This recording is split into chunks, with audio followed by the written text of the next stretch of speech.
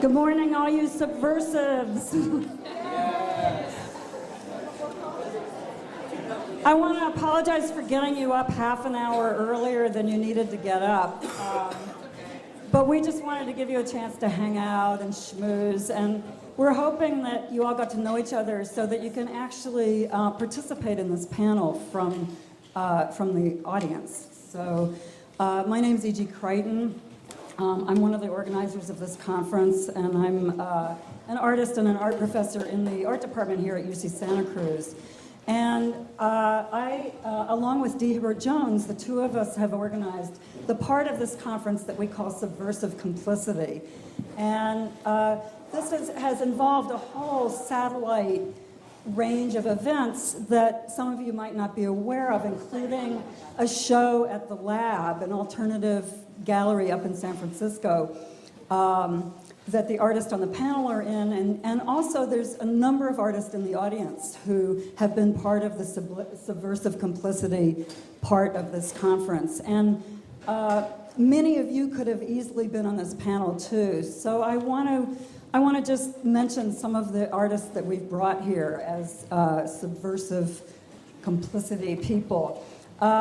Suzanne Lacey's a part of this conference. She actually got sick and couldn't come in person, but her piece, which is called Performing Archive Open Access, actually got performed by 3 of our students, and I want to just give them a nod. Maya Mongi, Jesus Mora, and Jordan Tynes, along with Jules Sievert, who came up from LA, and they performed Suzanne Lacey's piece here.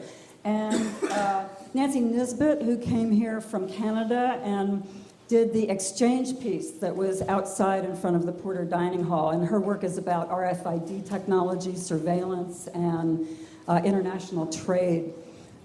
Sherry Lynn Wood, who brought her wonderful mantra trailer to the Porter Quad and engaged with people in this deceptively subversive process of coming up with their own mantras, which got broadcast out. Alyssa Solomon, who came here from North Carolina, as did Sherry Lynn Wood, whose piece, Change the Channel, is a radio-based piece, and that can be seen in the faculty gallery.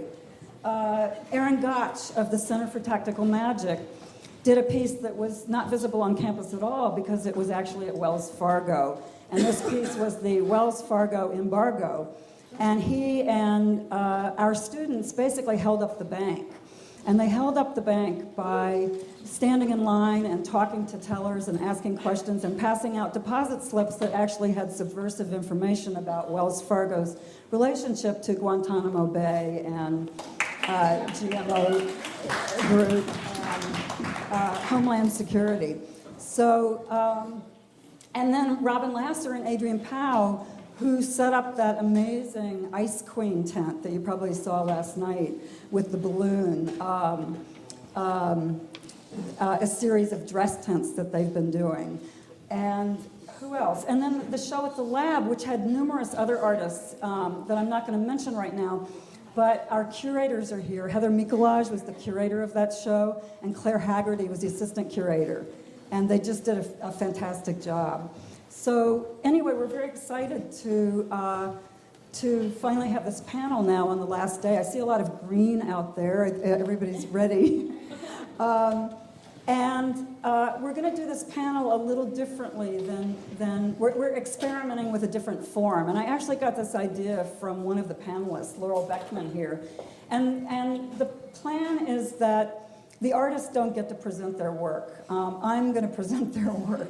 And what surprised me is that they all let me do it. I expected people to be sort of cranky about this, but everybody sent me images. So I'm going to actually be showing their work from their point of view. And that'll take about half an hour. And the reason we're doing this is to really try and have a dialogue and a discussion initially among the panelists, and Jennifer Gonzalez as our moderator is going to lead that.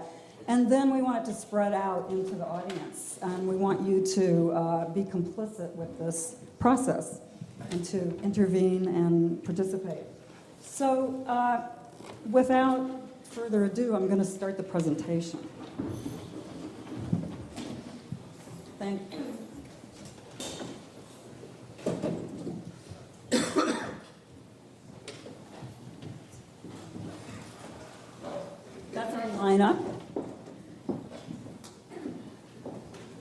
And I'm going in alphabetical order. The first artist I'm going to talk about is Laurel Beckman, who works with and nurtures, and these are her words. In all cases, I'm reading the words of the artist.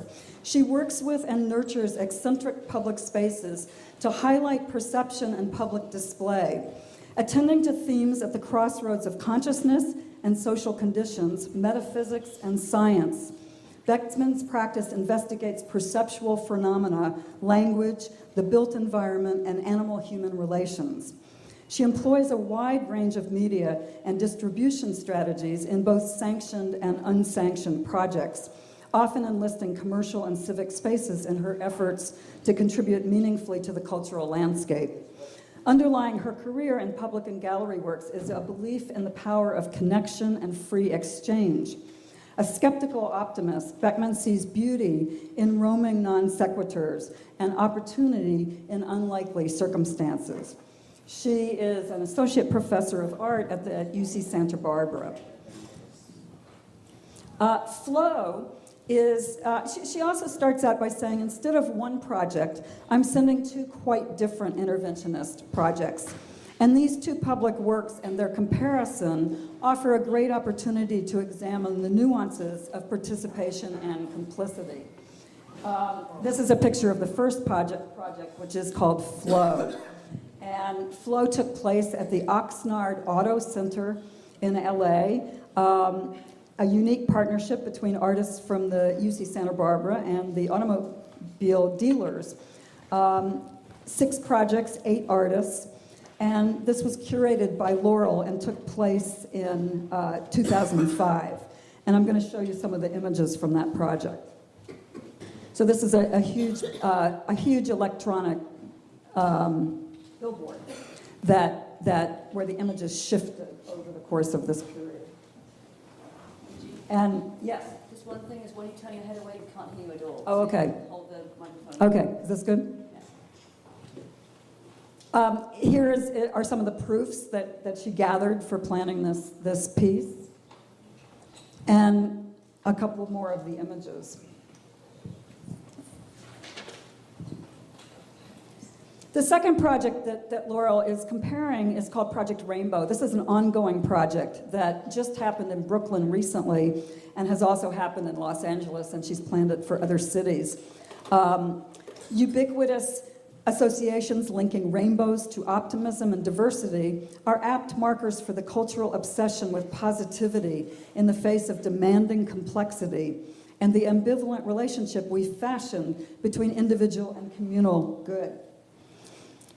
The dubious symbol of the rainbow belies both the genuine desire to and fear of connecting to others. Project Rainbow looks at the face of neighborly cooperation and presence.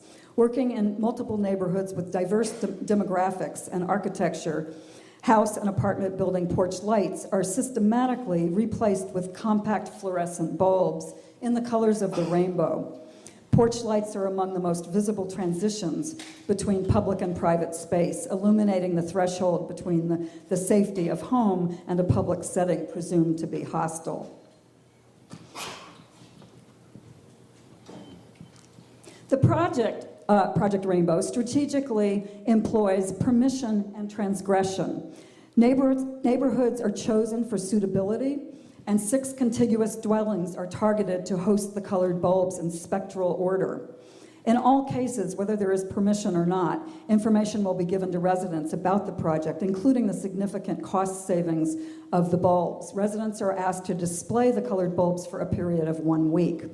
The willingness of neighbors to participate in a goal that benefits from full involvement will be on display. As an active subtext, the effectiveness of the rainbow as a gay emblem may be tested, especially in situations where direct contact and conversation providing a forum for feedback accompany the installment. Project Rainbow joins countless rainbow projects across the planet with convergent goals of well-being and progress.